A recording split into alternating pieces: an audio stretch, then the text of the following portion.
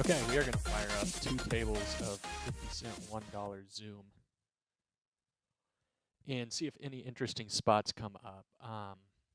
One annoying thing to notice right now is the player balance. So last night, whenever you tried to log into a table, it would let you sit and buy in, and then it would just say reserved until you timed out, and it subtracted all the money that you bought in for overnight, but it didn't send it back yet.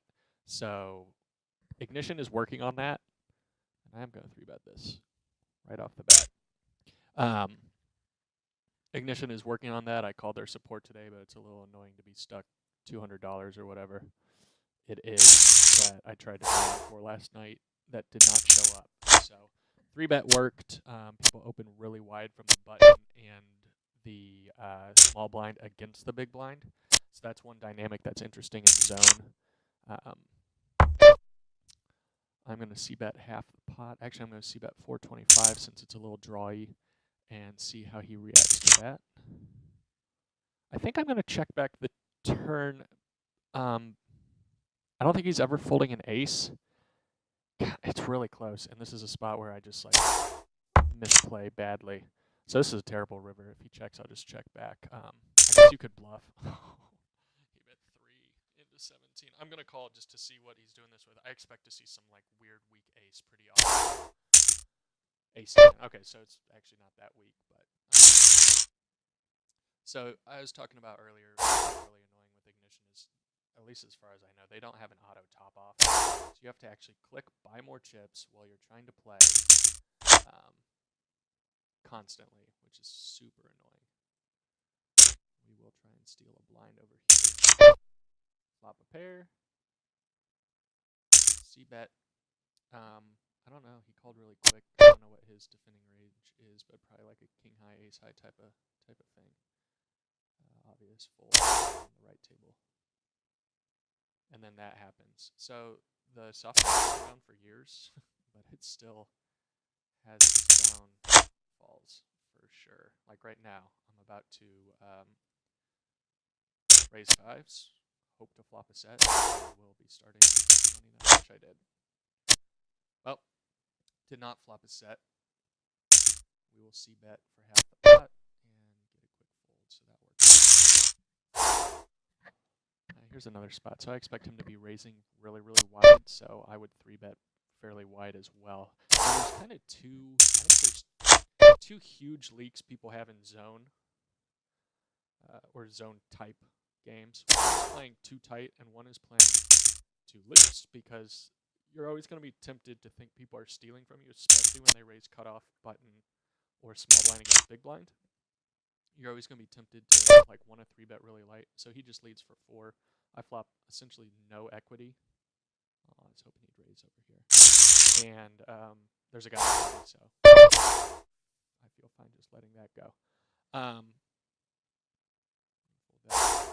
So what I was getting back to is some people play way too tight because you can just hit fold now at any point. I mean, you really need to be pounding away and stealing as many blinds as you can.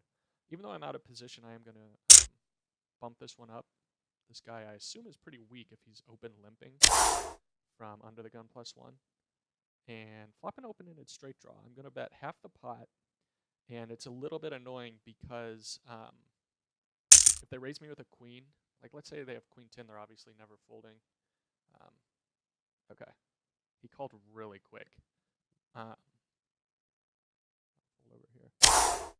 I think I'm going to continue here to try and control, like, so if he has queen jack, this is really bad. I doubt he ever has ace king or king 9. And if he has a 1-pair hand, he'll either call or fold. If he calls, I have outs, and if he folds, I win right away. Now, if he has 2-pair, he's probably raising, and it's going to put me in a bad spot. Like, I just lit $17 on fire with decent equity. But if he has a 1-pair, if he has a 1-pair like queens, not pocket queens, obviously, but queen 8 suited, and he faces a big bet on the turn. It was a little over half the size of the pot, but relatively big. How do you feel if you're sitting there with queen 8? Probably not very good. That board just looks really bad for you. So they all called. The draws came in. I had flop top pair. This is just kind of the nut worst turn And I'm going to check and try and get to showdown for as cheap as possible. And in fact, if they bet, probably just let it go. Yeah, $14, 2/3 the size of the pot.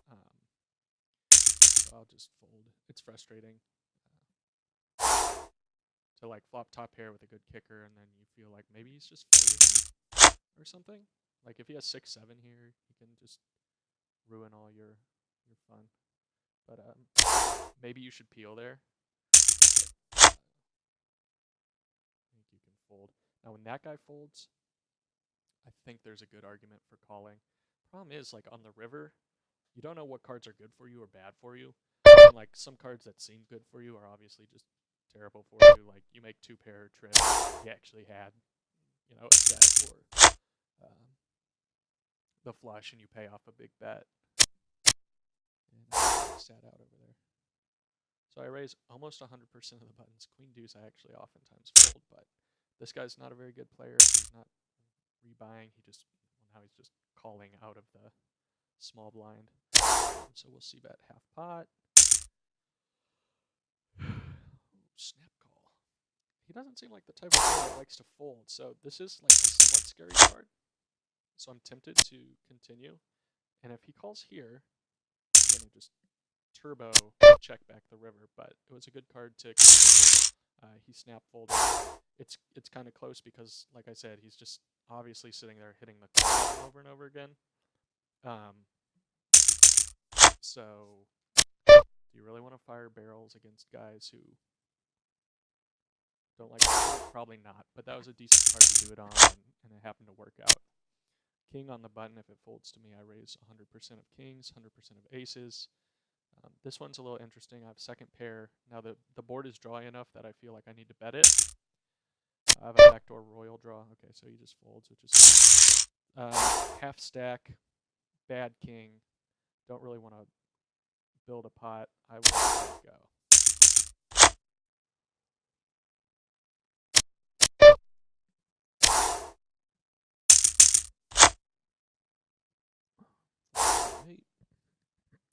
This guy's $14, so I think I'll just fold. Maybe you should just open jam and win the dollar most of the time, but if you make it $3 even and he shoves, it'll be 11 more into like 15, but you've got 9 high, and it kind of just sucks. I think given the stack size, a lot of times I'll 3-bet suited aces. Given his stack, if he made it 3, I would have just called. So he just min raised. I'm getting 7-1, but I'm not going to fall in love with a flop unless I just crush it, which I didn't. So we will check and fold. I think you could just fold there even for $1, but getting that price, as long as you understand not to pay off big bets with pair hands when you've got like 4-7, I think you can reasonably defend. So I had ace king on the button, and they both snap folded. Now I got queens. There's that $14 guy again. Yay, he 3-bets. This is good. So, excuse me, obviously sometimes he'll have a long hand and there's nothing you can do about it, but let's make it 28. Pretty much commits me to the pot. A snap folded. People just love to see that light out of the small and big blind against cutoff and button opens because they know you're raising such a wide range if you're even somewhat competent.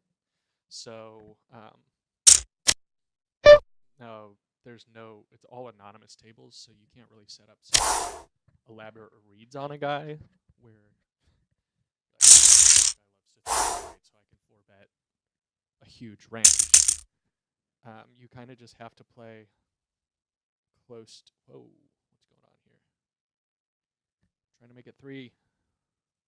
You kind of just have to play straightforward, readless poker, which is frustrating. All right, good. Got another situation where this guy might be the same guy, where I'm getting 3-bet from the small blind, and I've got a monster hand in 6-max.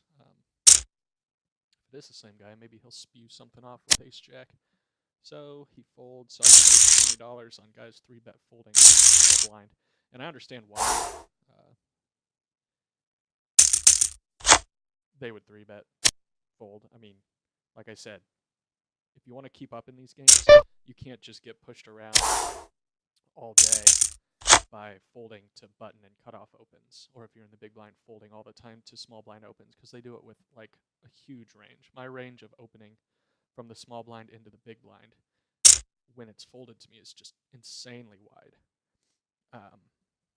King deuce is actually the bottom where I usually fold, but he only had $50. Okay, this is interesting. So if he doesn't have an ace here, it's really hard for him to call. Obviously, he could have a flush. He could have picked up some draws. So I picked up an open-ended straight draw and the 10 high flush draw. And okay, hold on. Now I'm trying to multitask. Ooh, that's an annoying stack. Interesting. Okay, I wish. Okay, it's gonna go like that. Because that guy's got 15, that guy's got 30. So he had an ace, and I think he was calling river. I only shoved because I was running out of time and I was trying to figure out what was going on this table. But I was going to put in like a little raise. But this just makes him decide right now if he wants to go with it or not. And if he does call, I've got a flush draw. Terrible things can happen. Like he's got a higher flush draw than me. He's thinking pretty hard about it. Gosh, this one's really close. If it was suited, I would for sure. Oh, sweet. I won. So picked up a little bit of red line value right there. King queen on the button's pretty good. I'd 3-bet it against pretty much any opener. We got the same guy. That's the guy that just. Oh, that's actually a really annoying stack. So stack size, but I am willing to put $25 in pre-flop with king queen. So I will 3-bet to 11 and call it off when he shoves.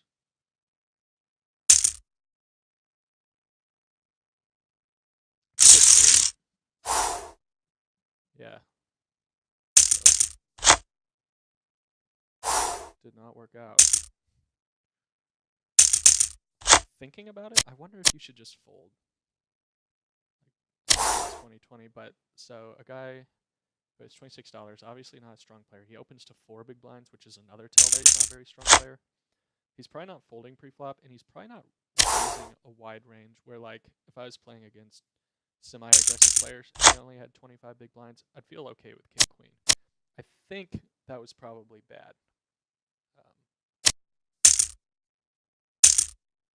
Oh man, that was what I wanted to do. Let's pull up. Let's pull up. What is that program? Flop nothing.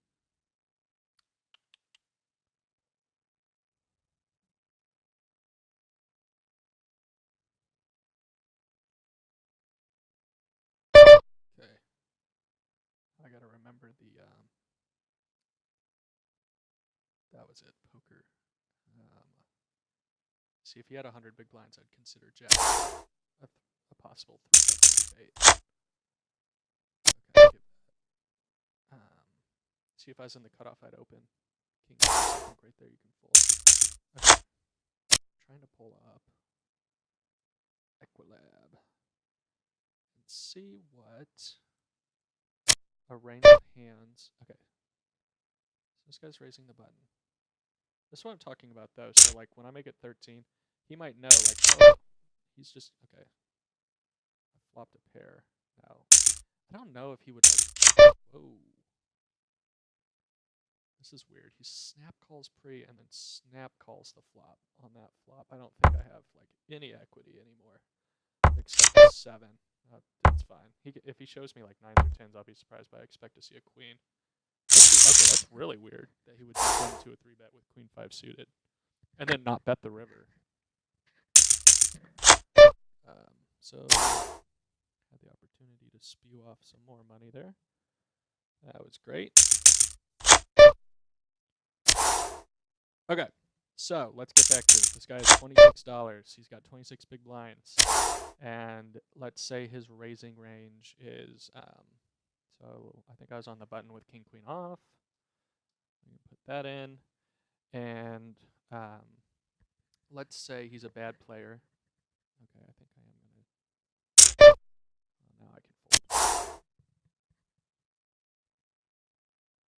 was king queen off. Okay, I have king queen off, and he was in. Where was he? It doesn't matter because we're just running the equity calculation. Okay, let's say he raises to 4 big blinds with some like. Okay, I think you should 3-bet here. Put a little squeeze on him. Let's say he raises 8s through aces, ace king, ace queen, ace jack, ace 10.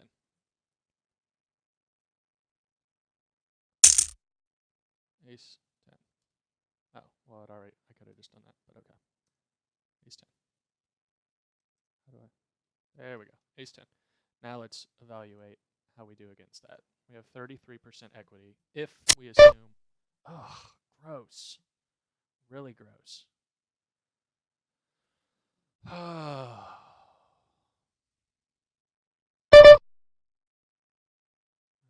Fold.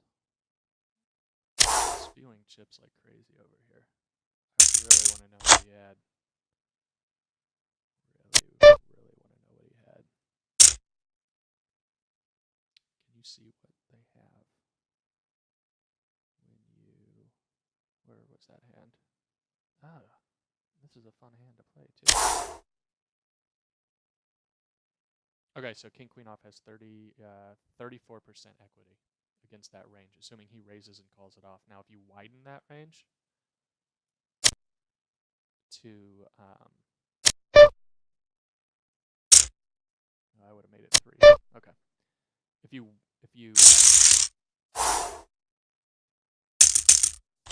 let's say he's doing it with 6s. Oh my gosh. Sit out next hand.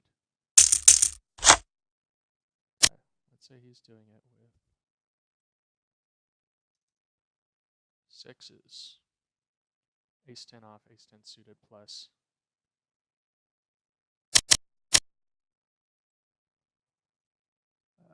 Queen, jack, king, jack. Now you evaluate, you have 42%, but I think a much more likely range of hands would actually be tighter. So going the other direction, let's say he only does it with 10s, ace, queen, and ace, king. Now what kind of equity we have? 30%. So he makes it.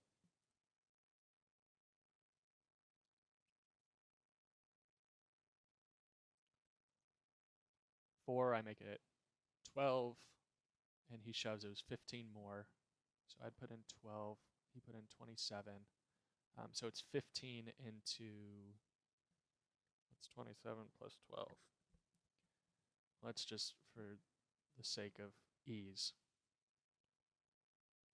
say the total pot was going to be 60. So we need to win 25% of the time. We have 28.29% equity.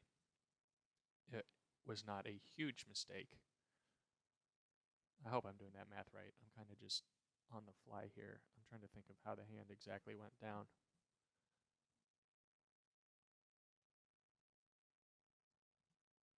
Anyway, it would be a almost break-even situation, which is why I think it wasn't that bad. Now, the fact that he raised to 4 and then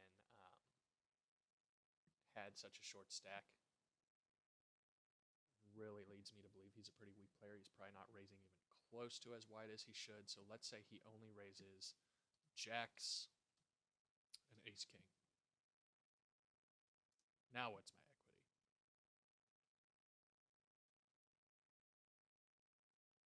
Oh, sorry, jacks, aces. Now what's my equity? 25%. You know what? It really wasn't that bad either way. Unless I'm missing something huge. Now I've made a bunch of blunders since then. I've been removed. Okay. But yeah, the king-queen one wasn't the worst. The ace-9 one is a little more interesting. So let's think about this. Guy min raises under the gun, and I go to squeeze because he got called in middle position. Let's say he raises ace 10 plus king queen.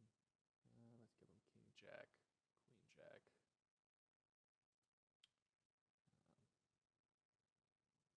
sevens plus.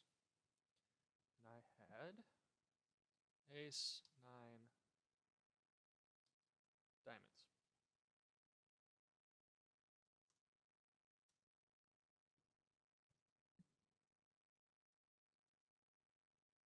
I'm an idiot.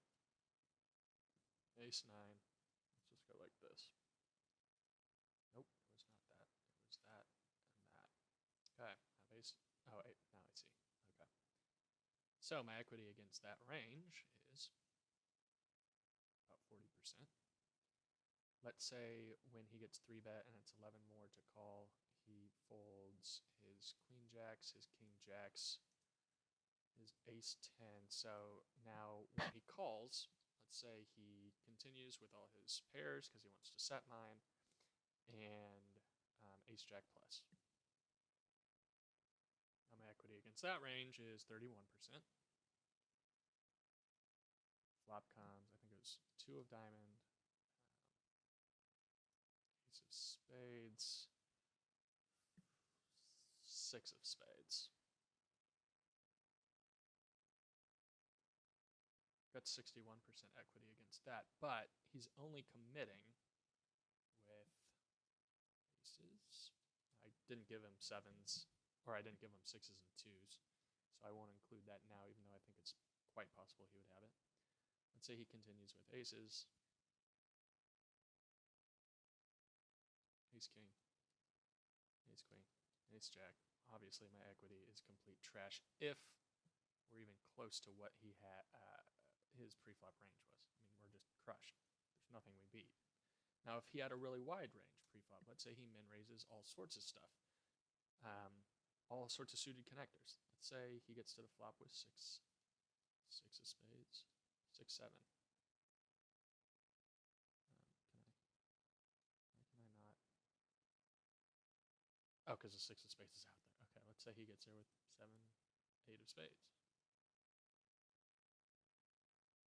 8 of spades, 9 of spades, 9 of spades, 10 of spades, 10 of spades, jack of spades. Point is, if you give him a bunch of flush draws and then a bunch of aces, and then account for his sets that he could have, let's say this is reasonable. He min raises these suited connectors, and when he flops a flush draw, he jams. Okay, what are we missing here? No, it all went away.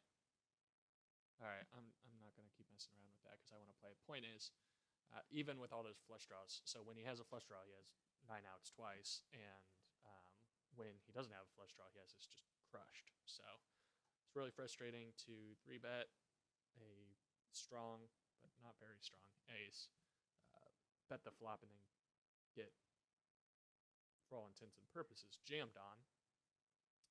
So we have to commit at that point, but yeah, you really can't call.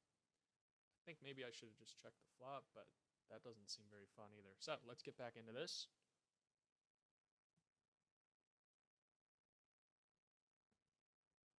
Managed to spew off about 50 big blinds so far this session, if my math is correct.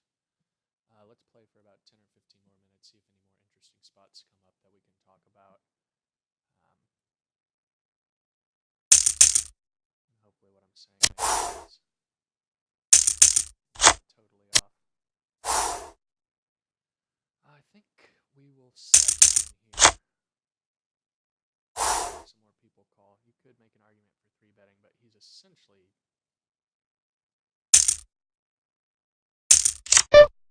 It's a pretty good flop for 6s, so we're not going to just outright check fold unless it goes like bet raise. But I'm not really happy about playing out of position. Love on the see, that is not a card I love on the turn. The only card I'd love is a 6, so now I can reasonably just fold this one. I do want to see what happened. I want to see if he calls. And he did call. Curious what he does.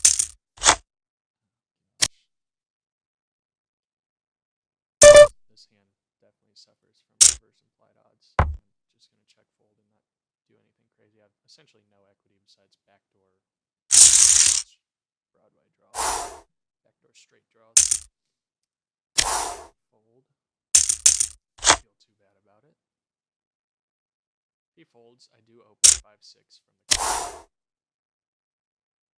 8-9 suited from the button is fun to 3-bet. Because the dynamic is like a gun, he should have a tighter range. He should know that I know that. So he should feel like I'm not going to get out of line too often. Now, unless he has pocket jacks, he's not going to love this flop.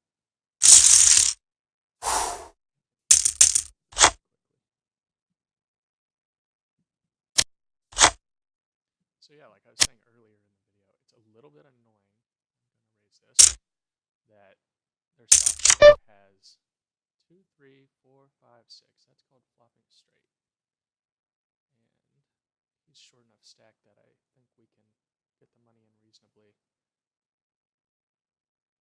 Well, that's like the most annoying turn in the world. Flush draw. Oh my gosh, that's fantastic. I love it. I love it. That's great. He flopped a set and he couldn't get the money in, and the board runs out. Oh, that's frustrating. That's hilarious, actually. You think when you have the 4-5, it wouldn't come 5 or 5-4. Flop the nuts against a set. This is like the most pure situation you can be in, and have that happen. That's really annoying. Well, at least I got to pay rake. We can 3-bet that.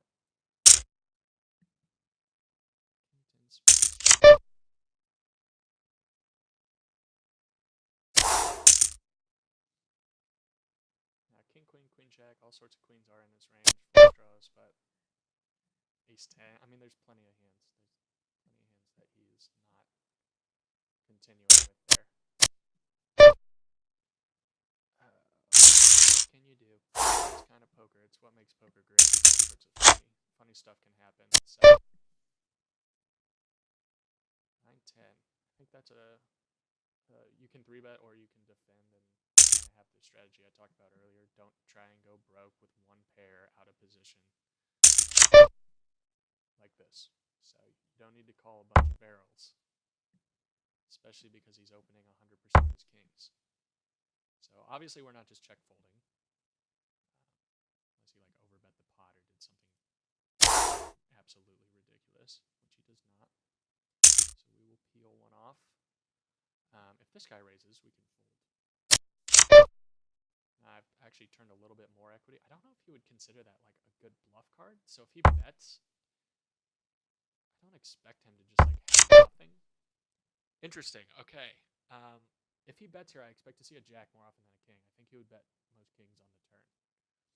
I'm going to check, and I'm probably going to call, because he might just be at this point like, well, maybe I can get him to fold something. Now, it's possible he'll show me. That looks like such a value bet. He did. He turned a jack. He bet it quick enough that I think you could just fold there and not feel too bad about it. He did not seem too worried. So I 3-outed him, and he 3-outed me back. And he got the better of the exchange. I paid off his little value bet on the river. I think you can fold there. Gosh, it's just so like if you start folding there, people could. I mean, since it's anonymous, it doesn't really matter. But people could just kill you. Like bet 1/4 the size of the pot and then get away with murder. I'm gonna bet the turn because it's so drawy, and if he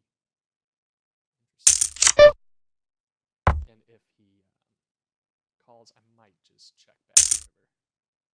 Oh, this is gross. This is really gross. So yeah. So flop top pair, he 3-bet and he essentially clicked it. Oh, wow. He's doing it really quick. This is kind of gross. I'm gonna try and get some like tiny value here because I'm chopping with most kings now. That's a weird spot. Good. So he had a queen, I assume. How do you just like see their hands really quick? I want to see the hands fold without going through this terrible replayer.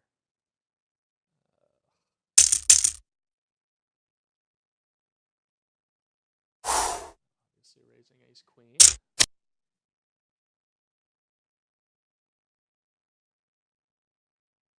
And jack 10 suited. I probably even will 3-bet it if it gets opened in front of me, which it did. Make it a pretty reasonable size 3-bet. That's annoying. Oh, that's really annoying. So all of his like pairs are either over pairs or sets now, and all his aces probably feel like somewhat decent about. Now if he has king, queen, queen, jack, yeah, interesting. I'm definitely gonna bet this turn for value. Fold to a shove. Now I'm gonna be checking back the river. Yeah, I would not be surprised to see ace king. All right, so I sucked out on him. So that's kind of what I was talking about. The way the hand played out, it really looks like the most likely candidate for his hand is going to be a pocket pair, and the board's, what was it, 3-4-5 or 2-4-5? Like all of his pairs are either over pairs or sets. So it's going to be hard to get him to fold. He had pocket sixes, so he had an overpair. I think he turned a flush draw, or at least still had his straight draw. I can peel that off.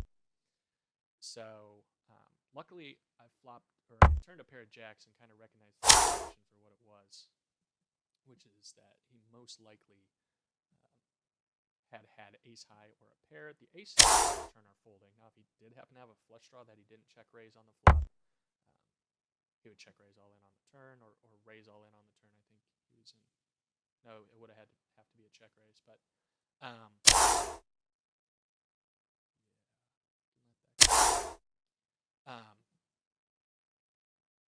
so yeah, if he makes a flush or he happened to like be peeling with ace jack, queen jack, king jack do not seem likely. Like those are the hands I was expecting to get a fold from on the flop. Not always, but fairly often. I think I'm gonna squeeze here. I'm definitely gonna squeeze here because there's a ton of dead money. Make it 11 more. He has ace king or anything good. He'll put in a 4-bet and punish me for trying to squeeze. But it's not fun for anybody to call 11. And what's he doing? Okay. And sweet, $9 free by how the situation had played out. It definitely sucks when they wake up with jacks plus or ace king and they turn the 4-bet and you're like, why did I just light $11 on fire with 35? But it's kind of a good spot. It's another spot where I'm very tempted to 3-bet. I have an ace, so I'm blocking a little bit of the ace situation. Cut off is a pretty wide opener, and he has to worry about this guy behind him. Flat calls. Most likely situation. Okay, I am going to check this because I can't extract any value from a worse hand right now. Now, if it goes check-check and then turns a king or something, we're in a really good position where I can get value. This guy thinking about it's kind of weird because I thought the most likely like weird ace-10 looking hand would be from him. We are going to do that. Okay, now I am going to bet fold the turn. Okay, this is actually a good continuation. Bluff. So it's interesting. So I definitely think his most likely. Well, now I have to bet, and the size of the pot dictates a jam would be appropriate. Now I actually think that. Oh boy. Oh wow. Okay. 5-6. I was not expecting to see a 5. There's not a ton of 5s in his range of hands that would call a 3-bet, but apparently 5-6 is one of them. Great. Frustrating. Had to bank that 8 on the turn. I think a small value bet would have been better. I was running out of time. I wanted to get called by like ace-10, ace-jack, ace-9 suited, something like that. I didn't want to get called by 5-6 suited. and I actually wasn't too worried about it. So that was kind of unfortunate.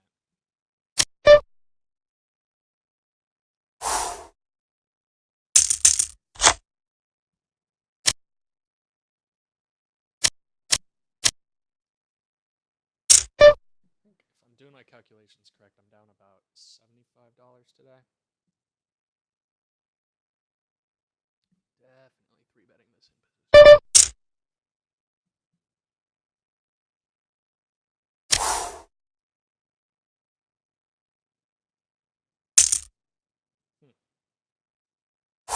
Well, that sucks because you know that they're going to play back at you because they expect you to be playing, but just starting jamming in a 7 offsuit is probably not necessary to profit from this game.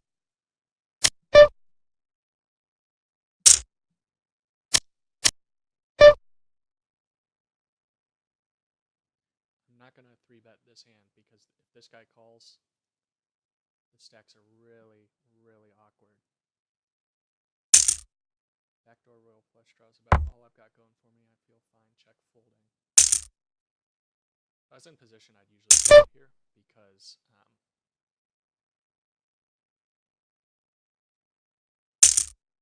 you can mess with them on the turn. You can turn more equity, but I'm out of position, especially after that guy calls. Not a lot of good things can happen for you out of position. So this guy I want to target for sure. The pot's going to be about his stack size when we get there, assuming this guy just calls. Huh. Well, I'm going to bet half the pot, and I'm going to call if he shoves. I'm going to fold if he shows a ton of interest. By the way, I'm not super thrilled when he shoves, because if he has a king, I'm drawing dead, and he will pretty often when he shoves. But, like, any pair, any ace, any king, we're in the right zone as far as my equity. Flop a set. How deep are we? Okay, so I want all the money in by the end, and it's a pretty dry board, so I feel like I can bet pretty big. Hope this guy has an ace. That turn is obviously not scary at all, and we're going to make a sizable bet since they both showed so much interest. It'd be awesome if he had a set of 4s and jammed down here.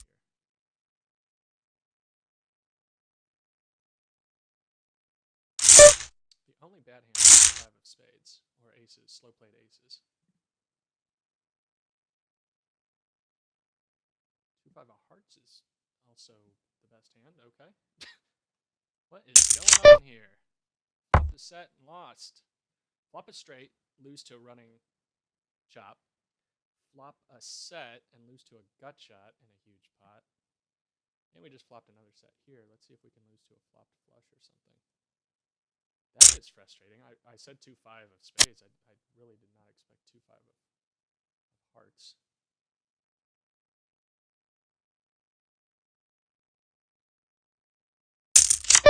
Interesting. Okay. Let's make another big bet.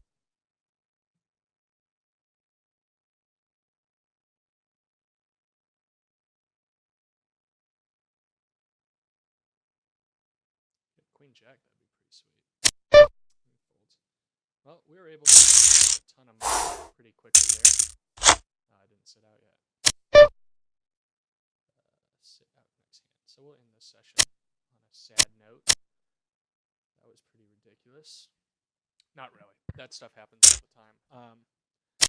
I'm a little bit surprised that to 2-5 against an open and then calling with a gut shot, but I mean, kind of works out for you when the guy flopped a set and there's nothing that can beat him except 2-5.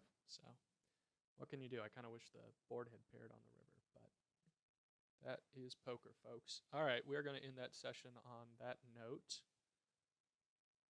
I was able to lose, let's see, 516. I think I started with like 800, 850, and we're ending with, I think it's going to be 600, 700. I don't know.